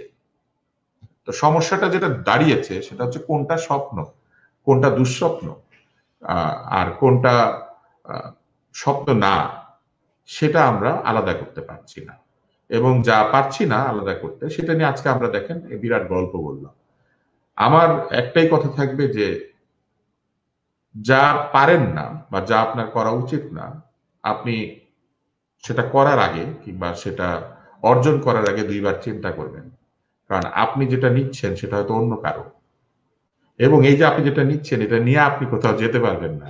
পৃথিবী থেকে বাইরে চলে যাওয়ার কোনো উপায় নাই। পৃথিবী থেকে যাওয়ার একটাই রাস্তা, সেটা হচ্ছে মৃত্যু। মৃত্যুর পরও আপনি পৃথিবীতেই থাকেন। ফলে আজকে যে আমরা যে বিভিন্ন ধরনের স্বপ্নবান মানুষদেরকে দেখছি, আমরা হালদার থেকে মালদার হওয়া দেখছি, আমরা বাহামা কিংবা কি বলে অ্যান্টিগা বারবুডাতে হোটেলওয়ালা মানুষজনকে দেখতে পাচ্ছি, আমরা সেন্ট কিটস নেভিস এর সাথে আমরা দেখতে পাচ্ছি যে আমাদের যাতায়াত শুরু হয়েছে। এইগুলার চিন্তা বাদ দিয়ে একটু এইখান থেকে কুয়াকাটা যান, পটুয়াখালী থেকে কুয়াকাটা যাওয়ার রাস্তাটা কেমন ওইটা একটু চেক করে নেবেন। বেশি দরকার সেইটা। স্বপ্ন দেখলে কুয়াকাটা নিয়ে দেখেন, কিন্তু স্বপ্নের কুয়ায় নিজেকে নিক্ষিপ্ত করে কোনো লাভ নাই, এবং অন্যের জন্য কুয়া করেও কোনো লাভ নাই। এটাই হচ্ছে আমার স্বপ্ন বিষয়ক সর্বশেষ কথা। আমি নিজে স্বপ্ন দেখতে পছন্দ করি, এবং আমি আসলে স্বপ্নের ব্যাপারে খুব ইন্টারেস্টেড। আপনারা বুঝতেই পারছেন আমার কাছে 10-15-20টা বই আছে যেখানে আমি স্বপ্ন বৃত্তান্ত বোঝার চেষ্টা করেছি। কেননা আমরা সকলেই স্বপ্ন দেখি এবং কৌতূহলী মন জানতে চায় যে এর অর্থ কি। এবং এই যে আমরা বেঁচে থাকলেই কেবল জীবনকে নিয়ে প্রশ্ন করতে পারি, আমরা জীবনের মধ্যে থাকলেই কেবল জীবনকে বদলানোর কথা চিন্তা করতে পারি, আমরা জীবনের মধ্যে থাকলেই কেবল দুঃখের পাশাপাশি সুখকেও অনুভব করতে পারি। কিন্তু মুশকিলটা হচ্ছে আমরা এই স্বপ্নকে সফল করার জন্য যে সমাজ, সেই সমাজকে নির্মাণ করি না। আমরা যতক্ষণ পর্যন্ত স্বপ্নের মতো সমাজ নির্মাণ না করব, ততক্ষণ পর্যন্ত আমাদের বাকি স্বপ্নগুলি কোথাও না কোথাও গিয়ে মুখ থুবড়ে পড়ে যাবে। এবং আজকে এই যে খোয়াবনামার মধ্যে দিয়ে আমরা যে আলোচনাটা করেছি, এখানে প্রশান্ত আলোচনা করেছে, আমি কথা বলেছি, শেষের দিকে একটু সিরিয়াস হয়ে গেছে। কিন্তু এটা মনে রাখবেন যে পৃথিবীতে কোনো লোক নাই যে স্বপ্নহীন। এবং একটা স্বপ্ন আছে যেই স্বপ্নে বলা হয় যে আপনি মানে আপনার গিল্টি মাইন্ড বা গিল্টি সাবকনশিয়াস আপনাকে এই স্বপ্নগুলি দেখায়। তা আমি নিশ্চিত যে তস্করেরা, যে লুটেরারা, যে পরদ্রব্য আত্মসাৎকারীরা এই সমাজে আছে, এরা প্রত্যেকদিন রাতে নিজেদের দেখে যে তারা অত্যন্ত ময়লা ডাস্টবিনের মধ্যে পড়ে আছে। তারা স্বপ্ন দেখে যে তাদেরকে সাপ, ব্যাঙ, বেজি, কুকুর, বিড়াল তাদেরকে কামড়াচ্ছে। তারা সারাক্ষণ মৃত্যু ভয়ে ভীত থাকে, তারা সারাক্ষণ অসুস্থতার ভয়ে ভীত থাকে, তারা সারাক্ষণ সকলকে শত্রু ভাবে, এবং তারা যে বিরাট অর্থ উপার্জন করে এই অর্থের কোনো সুখ কিংবা এই অর্থের কোনো উপকার তাদের জীবনে তারা পায় না। তারা কেবল এই অর্থটা নিয়েই জীবনের কৃতিত্ব জাহির করে। ফলে দুঃখ পাবেন না যে তস্করদের আপনারা আশেপাশে দেখেন, এরা কেউ শান্তিতে নাই। কারণ এরা যখন আপনাদের কাছ থেকে বা কারো কাছ থেকে ফুলের মালা নেয়, তখন সে মনের ভিতরে ঠিকই জানে যে সে একটা চোর, সে একটা লুটেরা, সে একটা তস্কর। কারণ নিজের চাইতে কে ভালো জানে সে চুরি করেছে। অনেক ধন্যবাদ। আমরা অনুষ্ঠানের একদম শেষ পর্যায়ে দর্শক, যেটি বলছিলাম যে স্বপ্ন নিয়ে খোয়াবনামা নিয়ে আমরা আজকে কথা বলেছি, এবং আমরা স্বপ্নের গতি প্রকৃতি বোঝার চেষ্টা করেছি। এবং আমরা যেহেতু স্বপ্ন কখনো কখনো আমাদেরকে তাড়িত করে, সে কারণে স্বপ্ন খুবই গুরুত্বপূর্ণ। কি ধরনের স্বপ্ন আমরা দেখে বড় হচ্ছি, সেটা আমার কাছে মনে হয় যে সর্বাগ্রে বিবেচনা করা দরকার। আর মানুষ যারা একটু কল্পনাপ্রবণ, তারা তো কখনো কখনো হয় কি যে স্বপ্নের ভেতরে জীবনকে গড়ে তোলার চেষ্টা করেন। আমি যেমন হয় যে গাড়ি চালাতে চালাতে গোলাম আলীর গজল শুনতে শুনতে আমি গাড়ি চালাই, এবং কখনো কখনো মনে হয় যে না, আমাকে বোধহয় স্বপ্নের ভেতর দিয়ে কোনো একটা জায়গায় নিয়ে যাচ্ছে। কিন্তু এই যে স্বপ্ন, এক ধরনের স্বপ্নের ভেতরে আবেশ রয়েছে, রোমান্টিকতা রয়েছে, আকাঙ্ক্ষা রয়েছে, সমাজকে বদলে দেওয়ার এক ধরনের ইচ্ছে রয়েছে। হ্যাঁ, সবকিছুর মিলিয়েই তো স্বপ্ন। আমি মনে করি যে স্বপ্নকে যেভাবে ইন্টারপ্রেট করি না কেন সেটার একটা ধনাত্মক প্রয়োগ থাকা দরকার। না হলে তো সমাজ বদলাবে না, এবং শুধু নিজে তো আর ভালো থাকা যায় না। যদিও খুব কঠিন কথা, কিন্তু তারপরেও আমরা এটি বারবার বলতে চাই, যেমনটি ডক্টর তুষার বলেছেন, যে শুধুমাত্র নিজে ভালো থেকে প্রকৃত অর্থেই সমাজের একটা অংশকে বাদ দিয়ে যদি কোনো স্বপ্ন দেখা যায়, সেই স্বপ্নটা আসলে দুঃস্বপ্ন হয়ে একসময় তাড়া করবে। আপনি হয়তো বেঁচে যাবেন মরে গিয়ে, কিন্তু আপনার পরবর্তী প্রজন্ম কিন্তু এটি নিয়ে ভুক্তভোগী হবে, এবং সেই অভিশাপের দায় কিন্তু আপনাকে বহন করতে হবে চলে গিয়ে। কাজে আমরা মনে করি যে স্বপ্ন খুবই গুরুত্বপূর্ণ। স্বপ্ন দেখুন, ইতিবাচক স্বপ্ন দেখুন, এবং পাল্টে দেয়ার, ধনাত্মকভাবে সমাজকে, রাষ্ট্রকে পাল্টে দেবার যে স্বপ্ন, সেটি আমাদের শক্তি হোক। সেই আশাবাদ রেখে আজকের মতো বিদায় নিচ্ছি। যে যেখানে আছেন ভালো থাকুন, সুস্থ থাকুন, নিরাপদে থাকুন।